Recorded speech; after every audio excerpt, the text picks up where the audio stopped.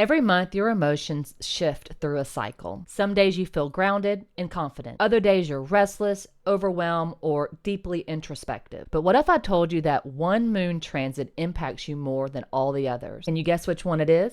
Well, if you are a Taurus ascendant, this one transit holds the key to your most transformative emotional experiences. Once you learn it, you'll be able to predict your emotions before they even happen.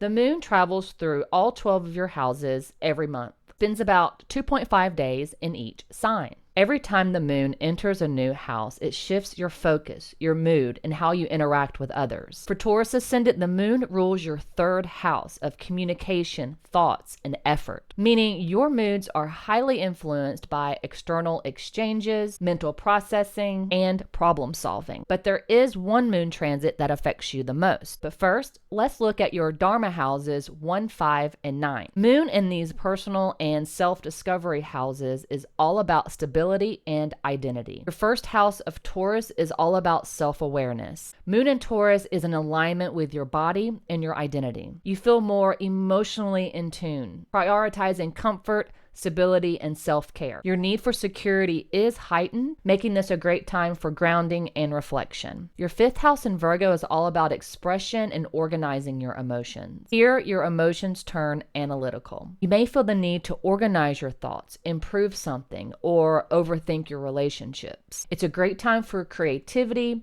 but be careful of too much self-criticism. Your ninth house of Capricorn is about seeking meaning and stability. Moon in Capricorn makes you feel focused on long-term goals and your life's direction. You may feel emotionally drawn to big picture thinking, traveling, or seeking answers to philosophical questions. Now let's look at Moon through your relationship houses 3, 7, and 11. Your third house of Cancer is where your words have power. When Moon is in Cancer, your words are deeply connected to communication.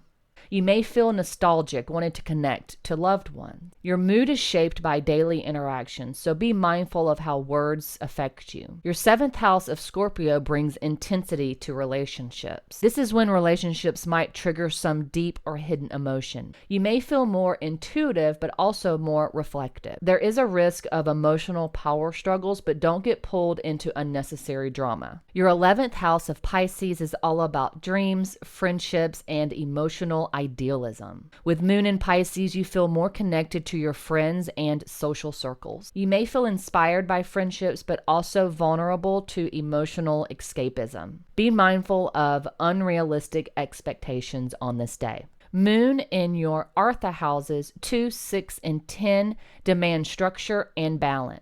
Your second house in Gemini brings you to think about security and resources. Here, your emotions shift towards finances and emotional security, even speech. You might feel the need to talk things out or overanalyze money matters. It's a good time for financial planning, but avoid impulsive spending. Sixth house of Libra seeks balance in work and health. Your emotions become tied to routines, work, and your well-being. You may feel sensitive to social dynamics at work. It's a good time to restore balance, but be mindful of stress affecting your health. Your 10th house in Aquarius brings emotions into the public and a focus on career. Your emotions are linked to your career, reputation, and long-term goals. You may feel more focused at work, but risk emotionally detaching from personal matters. Now let's talk about the most intense transits for you, Taurus ascendant. This is when Moon is traveling through your Moksha houses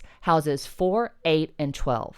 For Taurus ascendant, this is a combination of fire and water, suggesting themes of transformation and letting go. Your fourth house in Leo is about emotional depth and a focus on home matters. You may feel more connected to home, past experiences, or your mother. This is a good time to nurture yourself and to create a peaceful environment. However, Leo energy can make emotions more dramatic, so be careful of emotional outbursts, especially at home. Your 8th house of Sagittarius is about deep transformation and emotional expansion. This is the Moon transit that may affect you the most. The 8th house is about upheaval and sudden emotional events. attachments. When the moon transits through this house, it doesn't just create emotional disturbances, it expands them. This is because the sign of Sagittarius is ruled by Jupiter. Jupiter's nature is to amplify and expand whatever it touches. So when moon enters this house, your emotions can feel larger than life, whether that means deep insights, emotional breakthroughs, or overwhelming reactions to change. The 8th house is also attached to beliefs, hidden fears, and deep emotional attachments. So during this transit, you might question your own ideals, let go of outdated perspectives, or be forced to surrender control to something greater than yourself. For a sign like Taurus who craves stability,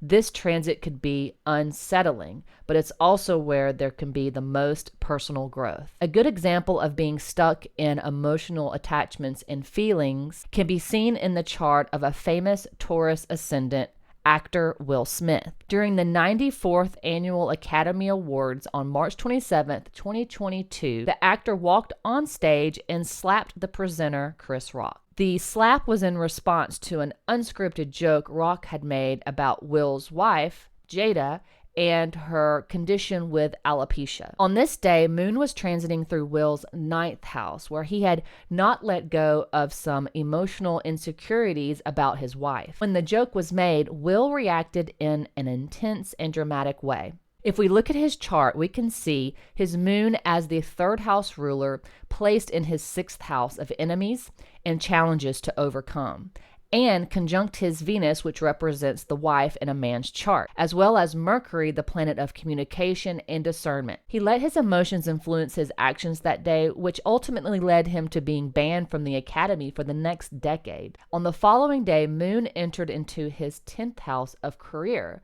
where he apologized to and resigned from the academy. This is a perfect example of unhealthy emotions going into the 9th house of beliefs. Finally, the 12th house of Aries is all about emotional retreat and subconscious release. Here, your emotions turn inward, where you may feel like retreating from the world. This is a time for letting go, resting, and clearing out emotional burdens. Aries energies make emotions come and go quickly, bringing sudden realizations. Be mindful of impulsive, emotional reactions, but also use this time for deep spiritual connection. Okay, so now that you know that the moon's movement can affect your emotions, here are 3 ways to track your own emotional cycle. Follow the stars in a journal.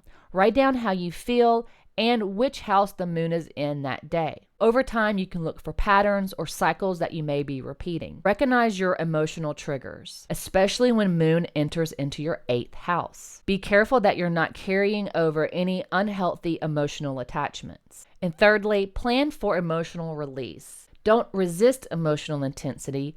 Use it for growth and don't let it control your life. When you track these cycles, you stop reacting impulsively and start navigating your emotions with wisdom. I hope you found this video helpful, and if you did, please share it with others, give it a thumbs up, and comment down below if you've learned how to predict your emotions using the movement of the moon.